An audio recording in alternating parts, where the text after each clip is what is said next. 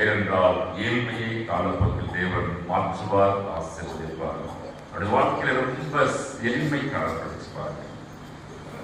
ரொம்ப எளிமையா இருந்தார். அது ஒரு பெரிய ஆசீர்வாதம். அதனால எல்லாத்தையும் விட்டுன்னு சொல்ல வரல, முற்றும் துறந்த முனிவராக இருக்குன்னு சொல்ல வரல. ஏழ்மையை மாற்றுவதற்கு தவறான வழியை தேட வேண்டாம் என்பதுதான் கிறிஸ்துமஸ் வலியுறுத்துகிறது. ஏனென்றால் ஏழ்மை குளத்திலே பிறந்தாலும் ஆண்டவர் ஏற்றுக்கொண்டு ஆராதித்தால் ஆசீர்வதிக்கப்படுவார்கள். அதுதான் உண்மை. 5வது மை தாழ்மை. என்ன மை? தாழ்மை. அவரை போல ஒரு தாழ்மையான ஒரு பார்க்கவே முடியாது. நமக்கு தாழ்மை உண்டு. கொஞ்சம் காசு பணம் வந்தா தாழ்மை போயிடும், படிப்பு வந்தா பதவி வந்தா தாழ்மை போயிடும். நான் பல முறை சொல்லியிருக்கேன். பட் விதிவிலக்கும் உண்டு. ஆண்டவர் மரண பரியந்தம் தன்னை தாழ்த்தினார். மரண பரியந்தம் இந்த தாழ்மை நம்முடைய வாழ்க்கையிலே காணப்படுமையாக எவ்வளவு ஆசீர்வாதம். நம்மகிட்ட பெருமைப்படுறதுக்கு என்ன இருக்கு? நான் படிச்சவங்க சொன்னா என்னை விட படிச்சவங்க நிறைய பேர் இருக்காங்க. நான் பணக்காரன் சொன்னா என்னை விட பணக்காரன் நிறைய பேர் இருக்காங்க. எனக்கு அந்த திறமை தெரியும், இந்த தாளத்தை சொன்னா அதை விட நிறைய தாளங்களை நிறைய மரங்களை பெற்ற நிறைய பேர் இருக்காங்க. நான் எதற்கு குறித்தெல்லாம் எனக்கு பெருமை வருகிறதோ அதை விட பெருமை பாராட்ட உடைகள் அநேகம் உண்டு. நமக்கு இருக்கின்ற ஒரே பெருமை நம் ஆண்டவர் மட்டுமே. அவர்தான் நமக்கு பெருமை. மற்றபடி நாம் பெருமை கொள்வதற்கு ஒன்றுமே இல்லை. ஆண்டவரை போல நாம் தாழ்த்திக் கொள்ள அழைக்கப்படுகின்றோம். செயின்ட் அகஸ்டின் ஏற்கனவே சொல்லியிருக்கேன்.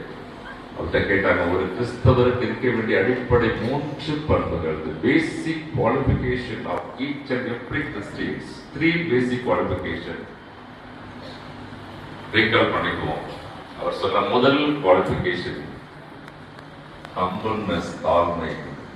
2வது வேற ஏதாவது சொல்றது பார்த்தாங்க, தாழ்மை.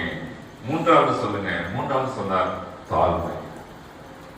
என்றால் கிறிஸ்து கடைசி பரியந்தம் தன்னை தாழ்த்தினார். தன்னை தானே தாழ்த்துகிறவர்கள் உயர்த்தப்படுவார்கள். மேலான நாமத்தை கொடுத்தார். அதை தாழ்த்தியதால் பிறந்தார். மரணம் வரை தன்னை தாழ்த்தியதால் என்ன பேர் பெற்றாரா? மேலான நாமம் பெற்றார். கடைசி வரை அடக்கமாகும் வரை அடக்கமாயிரு.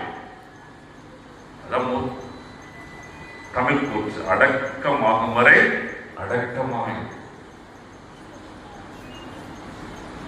தாழ்மையை தரித்துக் கொள்ள நாம் அழைக்கப்படுகிறோம். நம்ம என்னென்னமோ காஸ்ட்லி ட்ரெஸ் எல்லாம் போட்டிருக்கோம், என்னென்னமோ காஸ்ட்லி ஆர்னமெண்ட்ஸ் எல்லாம் அணிஞ்சிருக்கோம். அணிய வேண்டிய அடிப்படை ஆடை அணிகளின் தாழ்மை.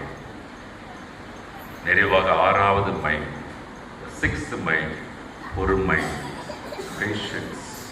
என்ன மை? வாழ்க்கை என்ன காணப்பட்டுச்சு? பொறுமை காணப்பட்டுச்சு. உலகம் பொறுமையா இருக்க சொல்லும். நம் பைபிள் தான் சொல்றது நீடிய பொறுமை. என்ன பொறுமை? நீடிய பொறுமை, லாங் பேஷன்ஸ்.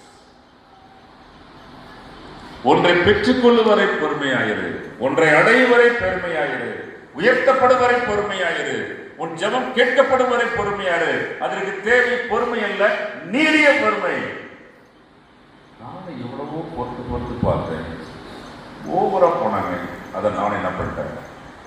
அங்க பொறுமை பிரேக் ஆகுது. Bible says long patience. சகரியா தன் ஜெபம் கேட்கப்படும் வரை பொறுமையோடு தன் ஊழியத்தை செய்தார். நீடிய பொறுமை. சகோதர சகோதரிகள், இன்னைக்குதான் ரொம்ப கஷ்டமா. நாம பொறுமையா இருந்தாலும் நம்ம பொறுமையை சோதிக்கிறார்கள். மரணம் அமைதியில் இருக்கிறாலும் ஆச்சாரியாக சொல்றது போல நம்ம பொறுமையாக இருக்க ஆசைப்படுறோம்.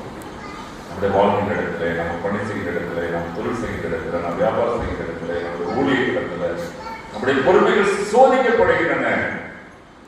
ஆனால் கிறிஸ்துவை நோக்கி பார்ப்போம்.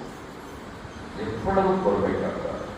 அவர் பிறப்பை பற்றி கேவலமா பேசினாங்க, அவங்க அம்மா மரியாதை பற்றி கேவலமா பேசினாங்க, யோசனை பற்றி கேவலமா பேசினாங்க, அவர் பிறந்த ஊரை பற்றி கேவலமா பேசினாங்க, அவர் பேய் பிடித்தவன்னு சொன்னாங்க. கொஞ்சம் நெஞ்ச பேச்சு அந்த நியாய விசாரணையில் அவர் பண்ண சித்திரவதைகள். வாய் திறவாமல் மௌனமாயிருந்தார். அவ்வளவு பொறுமை, அவ்வளவு சகிப்புத்தன்மை, பேஷன்ஸ் அண்ட் டாலரன்ஸ். அதனால்தான் திருப்பூர்ல ஒரு ஆலயம், திருப்பூர்ல ஒரு ஆராதனை, நம் மனங்களை ஆராய்கிறார்.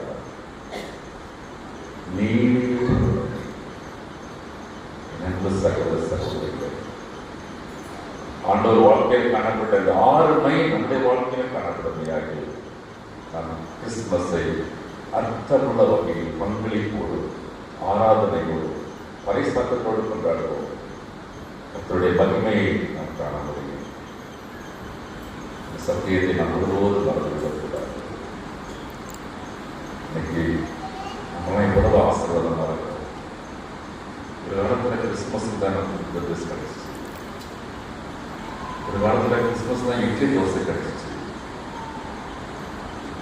சனிக்கிழமை மாவு ஆட்டி ஒருத்தர் ஆட்டுறது, தள்ளுறது, இல்லை ஆட்டிக்கிட்டே தள்ளுறது. அடுத்த நாள் சுட சுட தோசை, சுட சுட இட்லி, அந்த முட்டைக்கடலை, அந்த தேங்காய் சட்னி. இந்த வீட்டில் அந்த வீட்டுக்கு இட்லி போகும், அந்த வீட்டில் இந்த வீட்டுக்கு ஆப்பம் தோசை போகும். நான் இன்னைக்கு இந்த வீட்டுக்கு எதுவும் போறதில்லை, இந்த வீட்டுக்கு எதுவும் போறதில்லை. But we are so blessed. நாம் மிகுந்த ஆசீர்வாதமாக வாழ்ந்து கொண்டிருக்கிறோம். ஆனாலும் குணப்படுத்துகிறதில்லை. எவ்வளவு ஆசீர்வாதம்! ஒரு முறை மறைந்த முதல்வர் மாண்புமிகு எம்ஜிஆர் அவர்களை நெருங்க ஒரு கேள்வி கேட்டார். நீங்கள் ஏன் திரைத்துறைக்கு வந்தீர்கள் கேட்டார். நீங்கள் ஏன் திரைத்துறைக்கு வந்தீர்கள்? மற்றவங்கலாம் சொல்லியிருப்பாங்க, பணத்துக்காக வந்தேன், பேர் புகழுக்காக வந்தேன், பதவிக்காக வந்தேன்னு சொல்லியிருப்பாங்க. மாண்புமிகு எம்ஜிஆர் சொன்னார், ஒரே வார்த்தை தான் சொன்னார், நீங்கள் ஏன் திரைத்துறைக்கு வந்தீர்கள்? அவர் பதில் ஒரே வார்த்தை, வறுமை. என்ன வார்த்தை சொன்னாரு? வறுமை. சின்ன வயசுலேருந்து நாங்கள் 3 வேளை சாப்பாடு சாப்பிட்டதில்லை. எங்கள் அம்மா மீறி விடாமல் பாத்திரங்கள் கழுவி கொடுக்கிற மிச்ச சாப்பாட்டை கொண்டு வந்து தான் எங்களை கொடுத்து வளர்த்தாங்க. என்னுடைய அண்ணன் சக்கரபாணி 3 வேளை உணவை நாங்கள் ஒரு நாளும் சாப்பிட்டதில்லை. வறுமை. அதை போக்குத்தான் நான் திரைத்துறைக்கு வந்தேன். அதனால அவர் சாகிற வரைக்கும் சாப்பாடு போடாது. வறுமை. நாம் எவ்வளவு ஆசீர்வாதமாக வாழ்ந்து கொண்டிருக்கிறோம். நம்ம தாத்தா பாட்டியை விட, நம்ம அப்பா அம்மா விட நம்ம ஆசீர்வாதமாக ஆனால் பதில் என் அன்பு சகோதர சகோதரிகள், நம்ம சாதாரண பண்டிகை கொண்டாடுங்க. சகல ஜனங்களுக்கு நற்செய்தி, குட் நியூஸ் ஃபார் ஆல். கிறிஸ்து பிறந்த பொழுது நடந்தெல்லாம் சாதாரணமா இந்த பண்டிகை. When Christ was born, redemption, restoration, reformation, renewal, liberation, education was born. All the people. இதெல்லாம் இந்தியாவில் கிடையாது. இந்தியாவில் கிடையாது. எல்லாருக்கும் கல்வி கிடையாது, எல்லாருக்கும் மருத்துவம் கிடையாது, எல்லாரும் ட்ரெஸ் போட முடியாது, எல்லாரும் சமம் வாங்க முடியாது. பெண்களுக்கு ஒண்ணுமே கிடையாது. 60 வயதானவருக்கு 10 வயசு பொண்ணை கல்யாணம் பண்ணி வச்சாங்க. அந்த 60 வயசு விடுதலை எடுத்து போன அந்த பொண்ணை உடற்கட்டை ஏற்றி கொண்டாங்க. எல்லாவற்றையும் மாற்றியது கிறிஸ்துவம். எல்லாருக்கும் எல்லா உரிமைகளை கொடுத்தது கிறிஸ்துவம். அதற்கு அடிப்படை கிறிஸ்துமஸ். அதற்கு அடித்தளம் விட்டது இந்த கிறிஸ்துமஸ். இவ்வளவு சுதந்திரம், இவ்வளவு விடுதலை, இவ்வளவு கல்வி, இவ்வளவு உரிமைகள் எல்லாவற்றையும் நமக்கு கொடுத்தது கிறிஸ்தவம். அடித்தளமிட்டது கிறிஸ்துமஸ், கிறிஸ்து பிறப்பு. ஒன்றை கூறி முடிக்கின்றேன். காலஞ்சென்ற பேச்சாளர் எழுத்தாளர் வளம்பூர் ஜான் அவர்கள் ஒரு பத்திரிகை நடத்தி கொண்டிருந்தார். தாய் பத்திரிகை மாத வாசகர் கடிதம். நிறைய பேர் கடனாளருக்கு பதில் சொல்லுவார். அதில் ஒரு வாசகர் ஒரு கேள்வி கேட்டார். வளமுறை ஜான். வளமுறை ஜான் பற்றி கேட்கப்பட்ட கேள்வி, நீங்கள் சாப்பிடும் சாப்பாடு சைவ சாப்பாடா அசைவ சாப்பாடா? இந்த கேள்வி, நீங்கள் சாப்பிடும் சாப்பாடு சைவ சாப்பாடா அசைவ சாப்பாடா? வளமுறை ஜான் 2 வார்த்தைகள் பதில் கொடுத்திருந்தார். இந்த கேள்விக்கு பதில் எம்ஜிஆர் சாப்பாடு. என்ன சாப்பாடு? எம்ஜிஆர் சாப்பாடு. ஏனென்றால் பொழுது வறுமையை கஷ்டப்பட்ட பொழுது அவர்தான் அவருக்கு எல்லா உதவிகளும் செய்தார். நீங்கள் சாப்பிடும் சாப்பாடு சைவ சாப்பாடா அசைவ சாப்பாடா? நான் சாப்பிடும் சாப்பாடு எம்ஜிஆர் சாப்பாடு. என் அன்பு சகோதர சகோதரிகள், இன்னைக்கு நம்ம எல்லா வீட்லையும் நிச்சயமா வீட்டுக்கு என்ன சாப்பாடு தான் இருக்கும்? சொல்லுங்க. அசைவ சாப்பாடு. ஒரு சிலர் மட்டும் என்ன பண்ணுவாங்க? சைவ சாப்பாடு சாப்பிடுவாங்க. இது நான் மதியம் வெளியில் சாப்பிடும் சாப்பாடு, அது அசைவ சாப்பாடோ அல்லது சைவ சாப்பாடோ மறந்து விடாதீர்கள். அது ஆண்டவர் போடும் சாப்பாடு. இந்த வாழ்க்கை, இந்த ஆசீர்வாதம், இந்த நன்மைகள், இந்த படிப்பு, இந்த வேலை, இந்த வருமானம், இந்த தொழில், இந்த வியாபாரம், இந்த ஆஸ்திகள் எல்லாம் நிச்சயம் மூலமாக நமது முன்னோர்கள் கொடுக்கப்பட்டது. நாம் அனுபவித்துக் கொண்டிருக்கிறோம். நமது பிள்ளைகள் அனுபவிக்கிறார்கள். ஆண்டவரின் சாப்பாடு. அடித்தளமிட்டது கிறிஸ்துமஸ். இந்த உணர்வோடு இந்த பண்டிகை கொண்டாடுவோம். ஆண்டவர் தான் இந்த வார்த்தைகளுக்கு நினைக்கும் ஆசீர்வாதத்தை தருவாராக. கண்களை மூடி ஜெபம் செய்வோம். நல்ல பிதாவே, இந்த நாளுக்காக நன்றி செலுத்துகிறோம். ஆசீர்வதிக்கப்பட்ட வேலைக்காக நமக்கு சூழ்நிலை நாங்கள் கேட்ட சத்தியத்தை மனதில் இருத்தி ஆண்டவரை உண்மை எப்பொழுதும் எங்கள் பணிகள் மீது கவனமாக இருக்கிறார்கள். உண்மை தேடி இந்த ஆதாயம் நினைக்கிறார்கள். ஜெயமையாக அப்பொழுது நாங்கள் உலகத்தை காண்போம். அப்பொழுது லட்சியத்தை நாங்கள் உலகத்தில் நிலைத்து வைக்கிறோம். இந்த பண்டிகையை குறித்த ஆண்டுகளுக்கு நாங்கள் தியானிக்கிறோம். கீழ்ப்படுதல், ஏற்றுக்கொள்ளுதல், அர்ப்பணித்தல், பறைசாற்றுதல் வாழ்க்கையை காணப்படுகின்றோம்.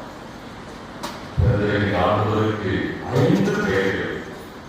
6வது பெயர் அருமையான ஆண்டுகள். 6 இந்த வாழ்க்கையை காணப்படுகிறது. எங்கள் வாழ்க்கையில் காணப்படுகிறது.